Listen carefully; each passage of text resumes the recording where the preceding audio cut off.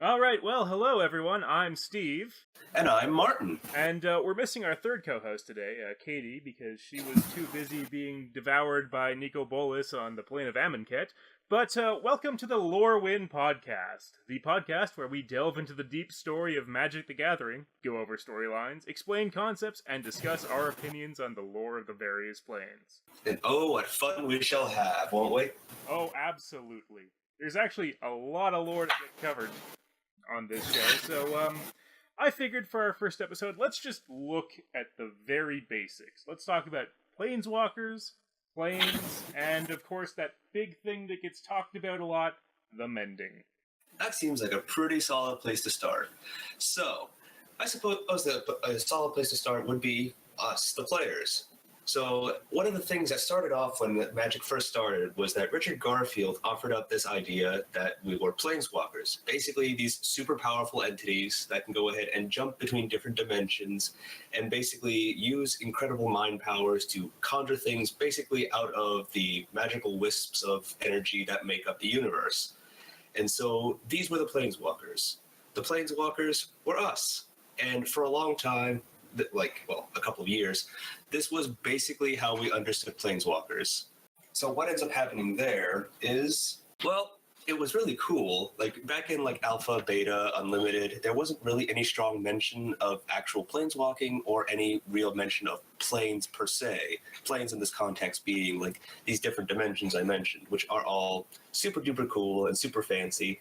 But like in Magic's infancy, that nobody really figured that the game would explode in the way that it did, and so a lot of the early lore is a little bit it's slipshod in a lot of ways, but that's part of what makes it so interesting and fun is how they end up fixing some of those early potholes. Agreed completely. And one of the interesting things is back in the day, well, I don't know if it was really in the day because I think it extends to pretty recently on a time scale with how magic how long magic's existed for, but planeswalkers were a lot different before than what we know as planeswalkers today.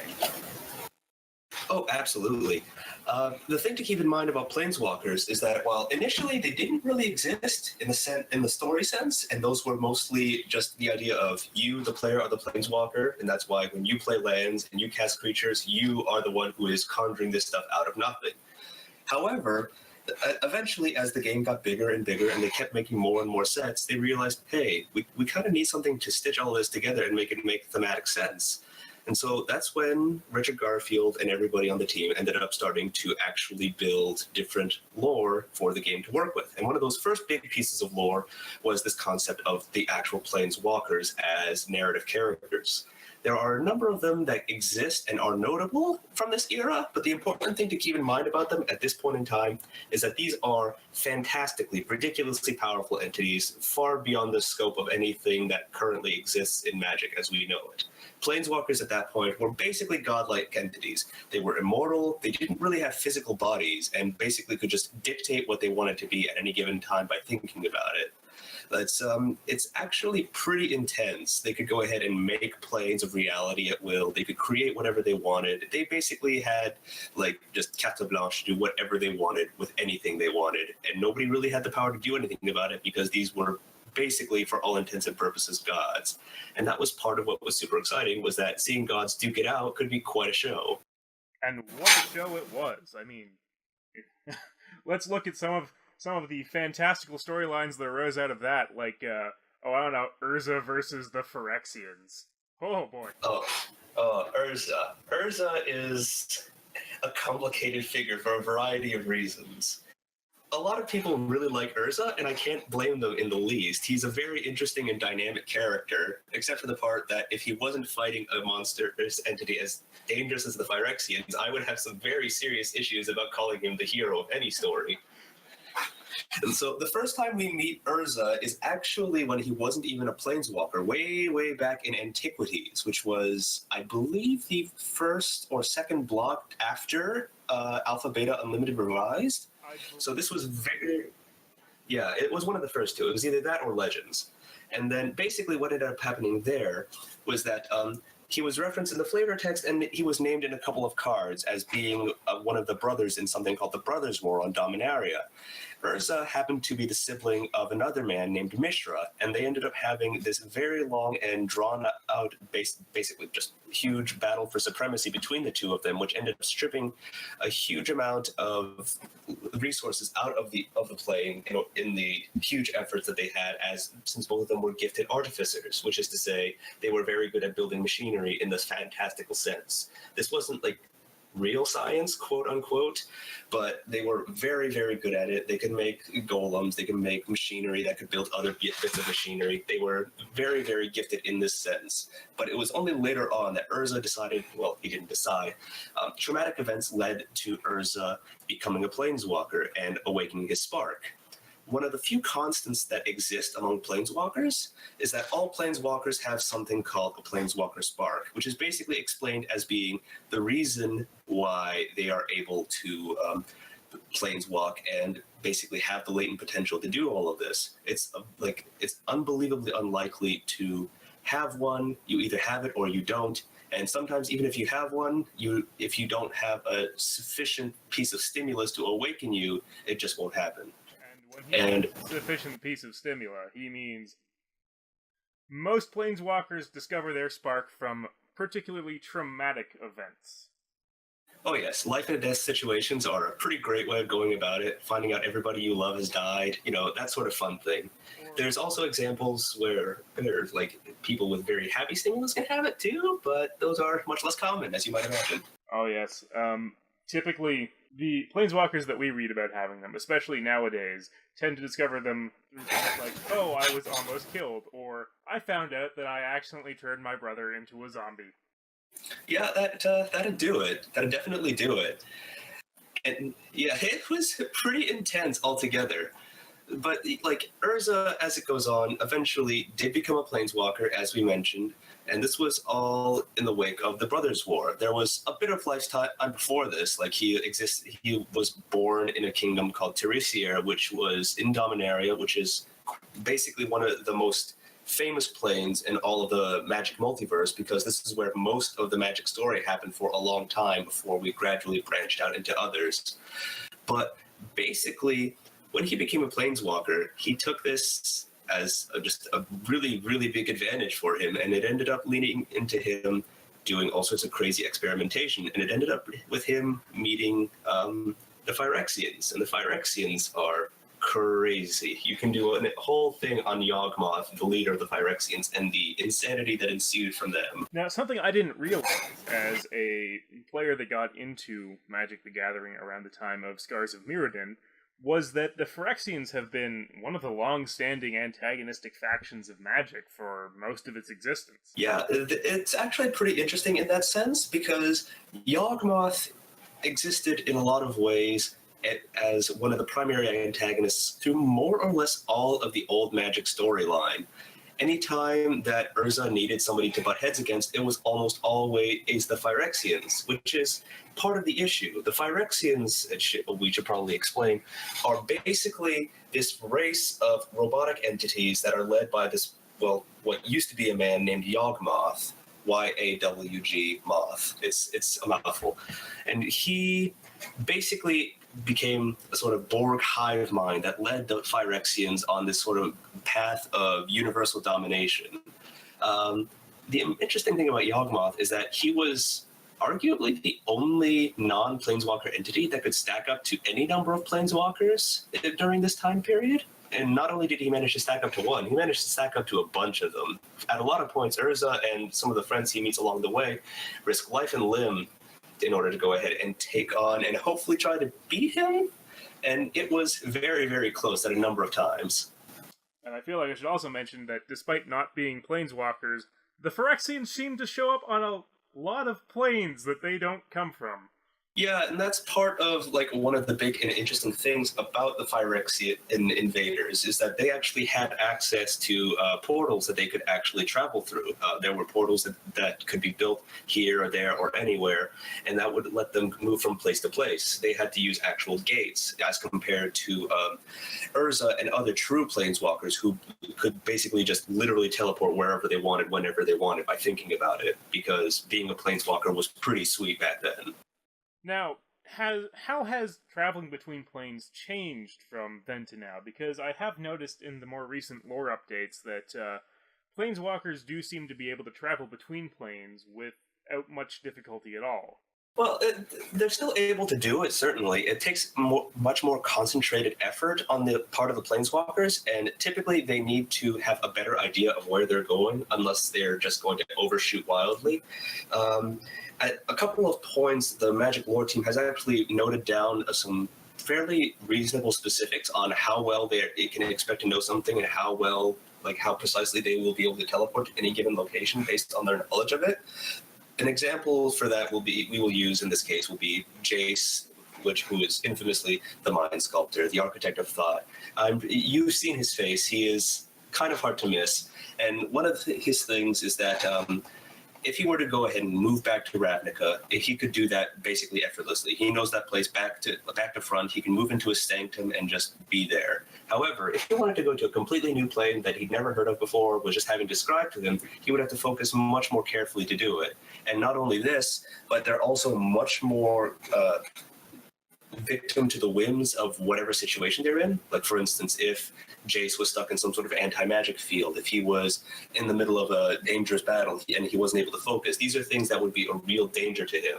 Comparatively, Urza, if he felt that he was in any sort of danger, he could just be like, nope, bye. And like there's no conscious thought involved. He can just leave. He can just go and do whatever he wants. And this is like on the lowest echelons of what a planeswalker was capable in that time.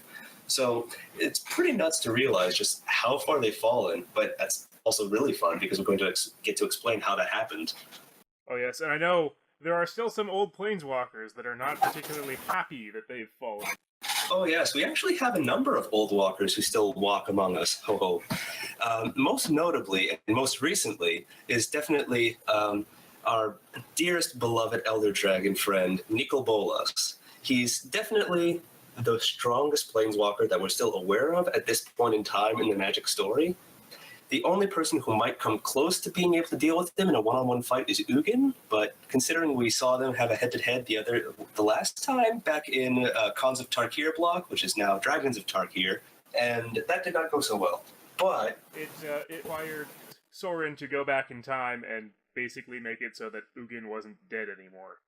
Sorin did get to see his corpse in Dragons of Tarkir, but you're thinking of Sarkhan Vol, who in a very long and confusing string of events managed to go ahead and accidentally make himself an illegal immigrant. It was actually quite entertaining. My mistake. Yeah, but it's funny that you mentioned Sorin, actually, because Sorin Markov is another one of the fabled old walkers who still hang out and have survived the Mending, which is the event that managed to depower planeswalkers. Off the top of my head, others that I can think of include Liliana Vess, who is another one of the famous Origin 5. Hopefully you guys have all run into her, but if you haven't, then you're in for a treat, because she's personally one of my favorites. But there's also Nahiri, the Lithomancer, and she's very fun too. And these are some examples of the old walkers. Ugin is also one of them, which I should just make clear right now. The Elder Dragons are all very, very elder. They've been around for a while. Oh yes, like by orders of magnitude that make even Sorin Markov, who is pegged at being something like, I believe, 4,000 years old, make him look like a baby. I enjoy how out of all of the old walkers, Liliana, who among the new planeswalkers is somewhat 7 times older than the oldest of them, is like a baby compared to all of the rest. Oh yes, no, she is an old walker in name only. She got a taste of the good life, and then she had it yanked away from her, and she's not happy about it either. Really, none of the old walkers are happy with where they are now. But I mean, if you have everything, and then you're suddenly given 20%, you're just like, well, this doesn't quite cut it now, does it? There's a reason why most of the a lot of the more morally flexible, let's say, old walkers have been willing to go to a lot of extremes to try and get those powers back.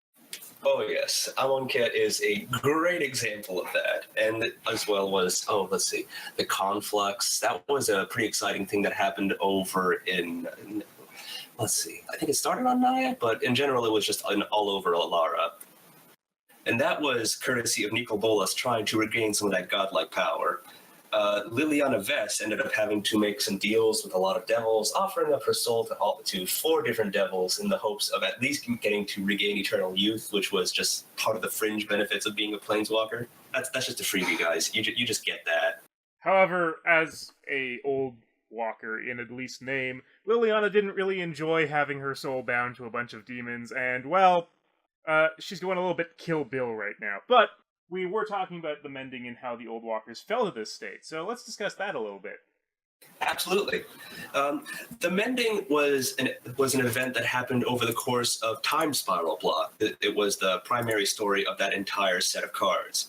And basically, the thing that was happening was that a series of complicated events involving primarily Jessica, but also her brother, and a few other major characters led to time rifts forming throughout Dominaria. And because Dominaria is one of the locust planes that make up the multiverse, everywhere else was also affected by this. These time spirals, as we can imagine that they're called, but these rifts, tears, were basically forming more and more quickly and were having greater and greater effect all over everything. And it was causing severe damage to reality as we know it. And it was risking the destruction of planes, which is very bad even for planeswalkers, because if there's nothing but blind eternities, that's pretty awkward. And basically what ended up happening was that a bunch of planeswalkers, including Teferi, Jessica was very briefly a planeswalker, but a bunch of different people had to work together in order to try and close the rifts before serious problems ended up happening. And so what ended up having to happen was that in a pretty incredible story, Jessica managed to go ahead and sacrifice herself in order to allow the Great Mending to begin, shutting down a number of different rifts, which slowly started to go ahead and stop all of the damage that was being caused. However, in doing so, she had to go ahead and seal up a big part of the power of the Planeswalker Spark, and that it forced all of the other Planeswalkers to take a significant step down in their power in order for that to happen. And meanwhile, Jessica, unfortunately, was, for all intents and purposes, like just written out of reality entirely.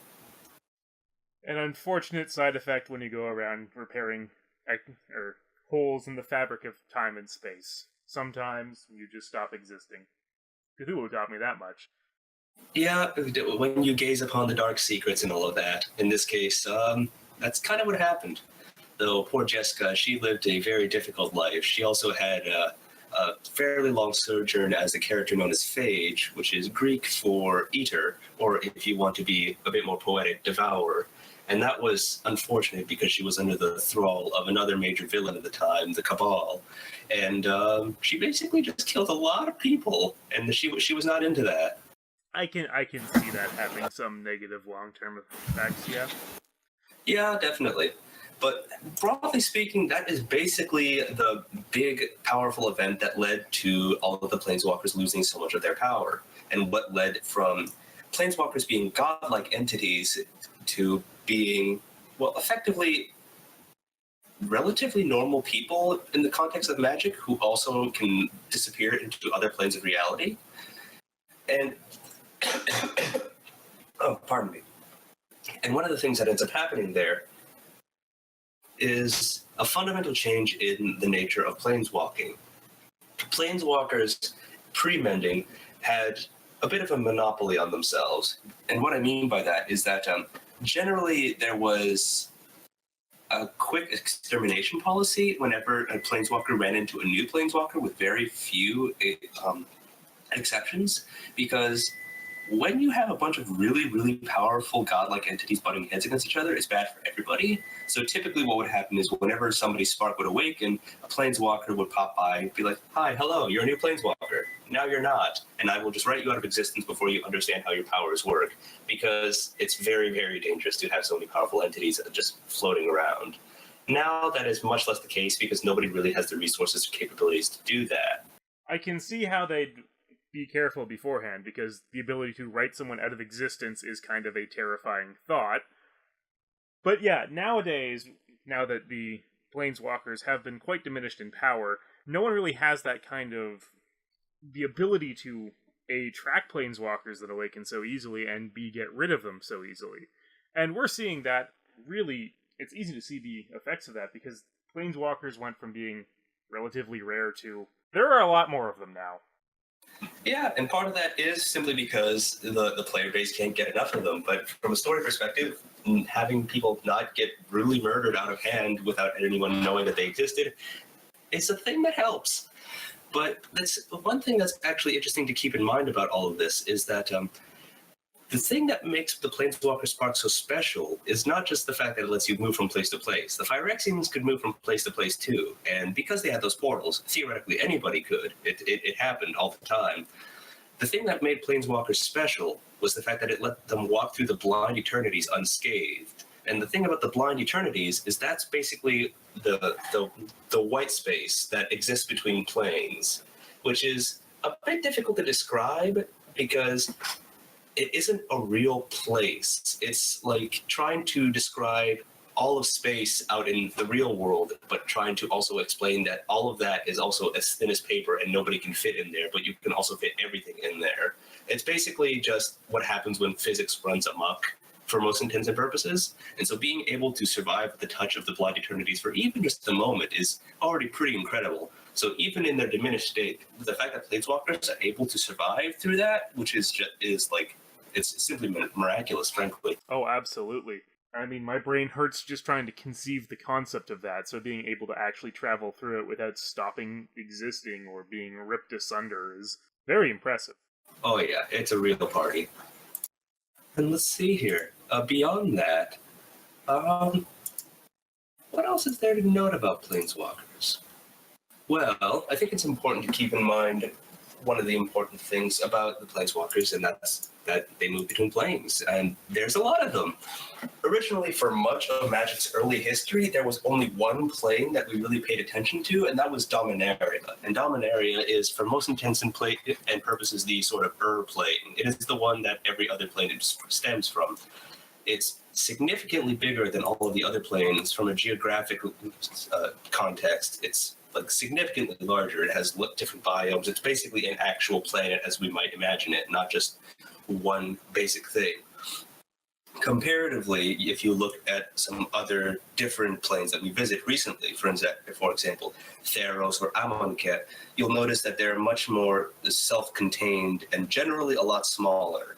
And part of the reason for that is simply that Dominaria was much, much bigger, both for story reasons as well as simply because that's where we had the story for like a decade or so. And I mean, even comparing Dominaria to planes such as Innistrad, for example, Innistrad is also a largely self-contained area.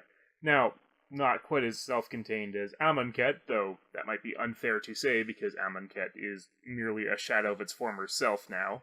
But planes such as Innistrad and Ravnica, for example, are more fleshed out than, say, Theros, which is essentially Greece, or Amonkhet, which is, I would say Egypt, but I feel like it would be more appropriate to say Cairo at the moment.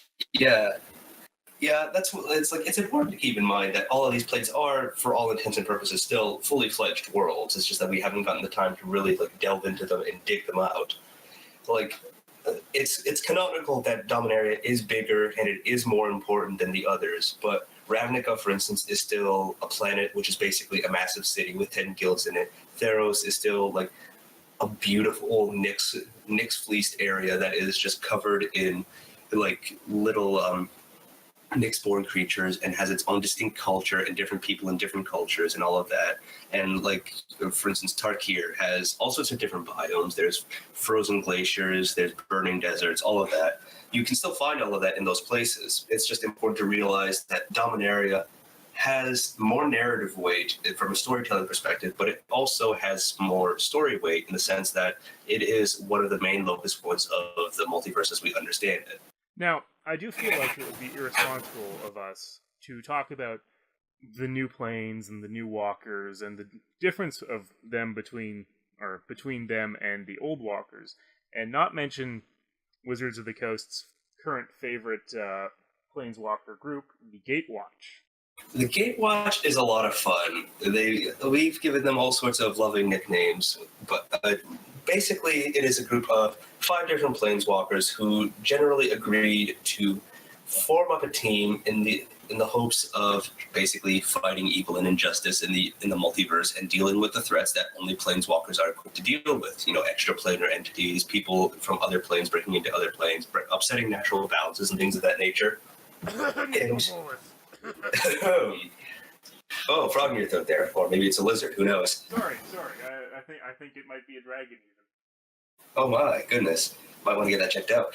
But yeah, basically they're this group that is primarily comprised of Jace Bellerin, Gideon Jura, Liliana Vess, Chandra Nalar, and Nissa Ravain. And these are the 5 primary members. There's also off in the corner somewhere a Johnny Goldmane, but he's kind of a provincial member. The 5 major members have been in the spotlight for the last couple of blocks now, and they've been pretty fun, I think. They've worked together to go ahead and fight off the Eldrazi on Zeldin-Dakar. They discovered the secret of Emrakul on Innistrad, and now they're off in Amonkhet dealing with all of this craziness. Oh, they were also on Kaladesh as well. But basically, they were basically the Super Friends, and they were fun. But part of the thing is that they were kind of getting a lot of card real estate. Like, the thing that Wizards wanted to do with the creation of Gatewatch was basically create a sort of static entity within the standard format. And so that meant that we were getting like 2 Jaces, 2 Gideons, 2 Lilianas every standard rotation, which was much, much more than we're accustomed to. And it was frankly causing fatigue for a lot of people to go ahead and see the same couple of faces over and over again. And so with that being the case, Wizards realized that maybe the Gatewatch doesn't need to be in every single set. And so they already said that they're going to sort of like lean back and focus less on them than they are now. But for a while now, they've kind of been like our Planeswalker pals that we've gotten to travel the multiverse with. And I still like them a lot. And I think everybody still likes them a lot. We've just kind of, you can't hang out with your best friend for like 3 months straight without getting on each other's nerves a little bit. Oh, absolutely agreed. I mean, I absolutely love the Gatewatch. I particularly like the way that they all play off each other. You have the big stoic idealist Gideon meat slab. You have Jace Bellerin, the kind of hurt mage that doesn't. Yeah, he's been used a lot of his life, and he doesn't like being used. You have Liliana Vess, the old kind of. We're not really sure where she stands, morally ambiguous necromancer. You have Nissa, who used to be an elf supremacist until that caused a lot of problems. And has... Well, like, it kind of got retconned out of existence before it ever became a thing. Like, very early on when Nissa existed, like, when she was first introduced in Zendikar, in her, like, brief blurb in the Fat Pack boxes, it explained that, like, one of her first planeswalks was to Lorwyn, which had a race of elves who were obsessed with beauty and were therefore kind of, like, supremacists because they thought they were the most beautiful and they believed that everybody else was ugly eyelights, and it kind of like ran with that. But that became awkward, and since they hadn't really explored or fleshed out Nissa at all up until then, they were like, how about we just make that not exist anymore and we make Nissa a more likable character that does not have this really, really awkward baggage that we do not want to have to explain to people. And I think that was a change for the better, personally. Oh, absolutely. And how could I forget Chandra Nalar, who is just absolutely fantastic. Oh yes, she is just a ball of burning. Everybody's favorite pyromancer. Chandra Nalar, she's ridiculous. She won my heart in the moment in the Amonkhet story where it's just a paragraph of her, one long run-on sentence, all caps, screaming about stuff.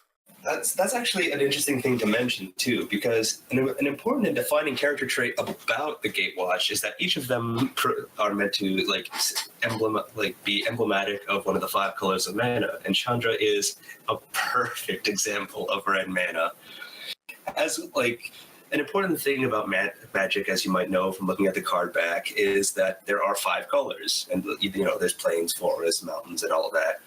And all of them have different character traits aligned with them. And Chandra is really, really great because she is just red down to her bones. She's impulsive, she's passionate, she's emotional. She just lets her gut guide her with it wherever it goes, and she just like rides through everything by the seat of her pants, and that makes her really, really fun. White, meanwhile, tends to be the more heroic, or at least orderly color. I hesitate to use the word heroic because they're... Well, White always thinks they're the heroes, is the thing. They're very known for being sort of self-assured about their own goodness, which is part of their thing. But yeah, it's like, there's White, which is all about orderliness. There's a certain bit of justice. Like, they have moral codes that they really like to follow. So, like, order, upright organization, this sort of thing. It's all about, the good of the whole over the good of the individual. They promote things like... Those tenets tend to become corrupted over time, or just from the beginning, if you look at New Phyrexia, where there was a white faction of Phyrexians. Oh, absolutely. No, every color has the potential to be good or evil. White can be absolutely monstrous, and in fact, we've had a number of great white villains over the course of Magic's history, and we can also have a bunch of really great black heroes as well. Let's see here. Oh, the name escapes me. Do you remember the name of the Aetherborn from Kaladesh who was with us for a while? Oh, Yahenni. Yes, Yahenni, there we go. Yahenni was a wonderful example of a black hero who wasn't just like a coincidental, I just happened to be here and do the helpful thing that saved the world type of hero. Not an anti-hero at all. They legitimately did everything that they did for their own reasons, and they were very black reasons. But they were still like truly beautiful, well thought out reasons that I think that anybody with a grasp of morality as we understand it would say is truly commendable. And so it's important to keep in mind that the color wheel does not have anything to do with morality as we understand it, just different viewpoints and different like leanings on things like order versus chaos, nature versus nurture, these sorts of primal debates, which are very much basic parts of like our understandings of philosophy, but are not like do not just decide whether or not somebody is good or evil. Yeah, and on the topic of nature, nature would obviously be the green color of mana. Absolutely. Nissa Ravane is a gifted nature mage, and so, as you might guess, she's very good at doing things like talking to plants or summoning huge wood elementals who are like personifications of the planes that she is speaking with to help her fight and things like that. She can control trees. She can make plants grow uncontrollably. She can grow things back. She can heal people with all of these powers. And so Nissa is a great example of a green mage. She is all about like the natural course of the universe. She believes in that there is a way that the universe functions, and it's best to just let it run its course. But that doesn't just mean that just let things happen. If somebody is trying to break the natural order in the way that, for example, Nicol Bolas has been doing in Amonkhet, you should absolutely step in and say, "Hey, how about you don't do that?" And on the topic of her on Amonkhet, it's very interesting because we can also see from that story and other stories before, Nissa is so in tune with nature that she can even commune with the souls of the plane. Absolutely. Initially, she started her friendship with planes way back on Zendikar before she'd even awakened as a planeswalker. Zendikar is her home plane. That's where she was born and raised for the first 60 years of her life. And it was only recently that she gained her spark and started traveling the multiverse. And one of the things that she's gifted with is she is an empath who can speak to the planes, to the plants, to all of the animals and beings that exist.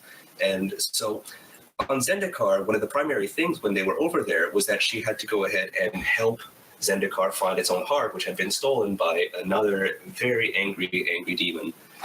And like now that she's off in Amonkhet, she was actually one of the first people to be able to really figure out, guys, there's something very, very wrong with Amonkhet. This isn't just a plane that happens to be like worked with by Nicol Bolas. He has like fundamentally corrupted it and damaged it in ways that are basically irreparable. Well, if I remember correctly, Nissa was the first one to find out, to at least figure out, that Nicol Bolas had not, as was claimed, created Amonkhet, but instead had just showed up and basically perverted it into his own vision of what Amonkhet is. Or, at least, what Amonkhet should be to be useful to himself. That is absolutely correct. She ended up having some well, pretty horrifying dreams altogether. Dreaming of the sickness that was overcoming the slowly dying Amonkhet as it was slowly being mined in order to create the eternalized hordes that we'll be seeing in Hour of Devastation. These were all things that were happening because of Nicol Bolas, and before that, Amonkhet was a very different place. It still had a number of basic things that still make Amonkhet Amonkhet. There were still people living behind the Hekma and things like that, and all of the five gods were there. But there were also three more. Well, there are still three more, but they are not who they were, not even slightly. Not even close. And of course, Liliana Vess is our black mage for the Gatewatch, and she embodies black pretty thoroughly. Absolutely. Black is famous for being sort of the edgy, hard to understand color. Everybody who has black in their color identity is a bad guy, but that is not necessarily the case. However, it's important to realize that black does not really have much interest in conventional morality, and they have a lot of ambition. These are two of the primary precepts that make up black, particularly ambition. They want to be able to do what they want, and they will do anything to get it. And Liliana Vess is a perfect example of this. And a prime example of it is the way, for example, she sold her soul out in parcels to 4 different archdemons in the hopes of regaining some of her lost powers after the Mending. As we've mentioned before, she was really, really strong for a while there. The Mending happened. She was suddenly really, really weak. And the worst of all was that she was aging. She was going to die soon. And Liliana Vess is a very vain person. She likes being pretty. She was not interested in becoming a lich, which was an option that was available to her, being a gifted necromancer herself. And that is another thing. Black is all about corruption. It's all about rot. So things like being able to putrefy things, being able to raise the dead, they're amplified by the land of the swamp. So these are things that are really powerful for them. Are things that like being able to corrupt, to weaken, to decrepify. They're a bit harder to pin down compared to something like forests, which is just trees.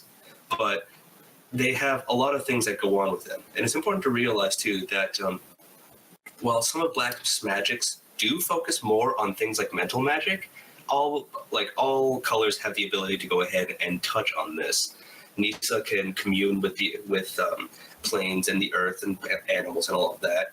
And Liliana is personally not particularly interested in the black aspects of mental magic, but it has the ability to use those. So, for example, there are some black mages like Nicol Bolas who love to go ahead and just dive into your mind and just rip it out and turn you into a mindless slave and things of that nature. Well, let's be fair to Nicol Bolas. He is a Grixis mage, which means that he does not have but one color that defines him. He has 3. Indeed. It is one of his stronger colors, to be fair, but absolutely. No, it's definitely quite interesting when you start to go ahead and combine colors to see what you end up. And that's one of the things that's really fun and interesting about the color pie, is that when you mix different pieces together, you end up with some really, really interesting things that come out of it. For another good example of how these things can change is Jace. Jace is the blue member of the Gatewatch, and he is a really great example of it for a number of reasons. Jace, curiously enough, is actually an amnesiac. That's something that a lot of people don't quite catch on to immediately. Jace, for most of his life, lived on his own plane of Vryn, and there he was basically just a little bullied child who was living a pretty crappy life altogether. And he was living basically on a war-torn plane that was in a constant state of low-scale warfare. And eventually, he got picked up by a powerful sphinx named Alhamaret, who ended up taking him under his wing, recognizing the fact that he had a lot of skill as a mind mage. So what was happening is that when he was being bullied, he would do things like not even meaning to, he would reach into their minds and make them stop, tell them to stop, and they would stop, or things of that nature. And so he decided to power them up, not to power them up, to train him in order to become better at this and eventually use him for his own ends. And there's a big sequence of events here. But long story short, he ends up fighting Alhamaret, and in the course of this fight, he ends up with a lot of his mind basically torn out, and he has total amnesia. Planeswalks over to Ravnica, and that's where life for Jace as we now know him began. He still doesn't actually know that he's from Vryn or anything like that. We do, though. So we have that up on him. But he still loves to solve puzzles. He loves finding answers. He loves illusions, especially. That's one of his special tricks. He loves to make very complex illusions that are very good at tricking people. He can mix things up so that he can make himself or others invisible, and then make illusions of themselves to make it look like they're still moving. All this sorts of like clever trickery. Blue is all about the trickery, deception, intelligence, gaining all the knowledge you can, making yourself into a perfect example of what you feel you should be. That's a blue tenet, this idea of perfecting yourself. And Jace has made quite the spot for himself on Ravnica as well. I believe his title there is the Living Guild Pact. Oh, yes. Jace, to be fair, is perhaps not the best guild pack, since he seems to really like going on long, unexplained trips to other dimensions without explaining that to anyone, or even that he's able to do that. I'm sure the guilds will have a lot of questions when he comes back. Oh, yes. Lavinia, his attendant, is just at her wit's end in dealing with him. It's pretty awkward, too, because what ends up happening is that Jace, whenever he says anything, his word is literally law. So if he always needs to be careful with what he says. It was a long and confusing series of events. Basically, what ended up happening on Ravnica was that the old Power Runes created something called the Guild Pact to make sure that all of the planes would not just kill each other. And so what ended up happening was that one of the first Power Runes ended up creating a special failsafe in the event that something got messed up. And while he was there, he ended up solving all of the puzzles and tricks in order to go ahead and figure out what the answer was to that failsafe, solve the failsafe before anybody else could, and became the Guild Pact. Awkward!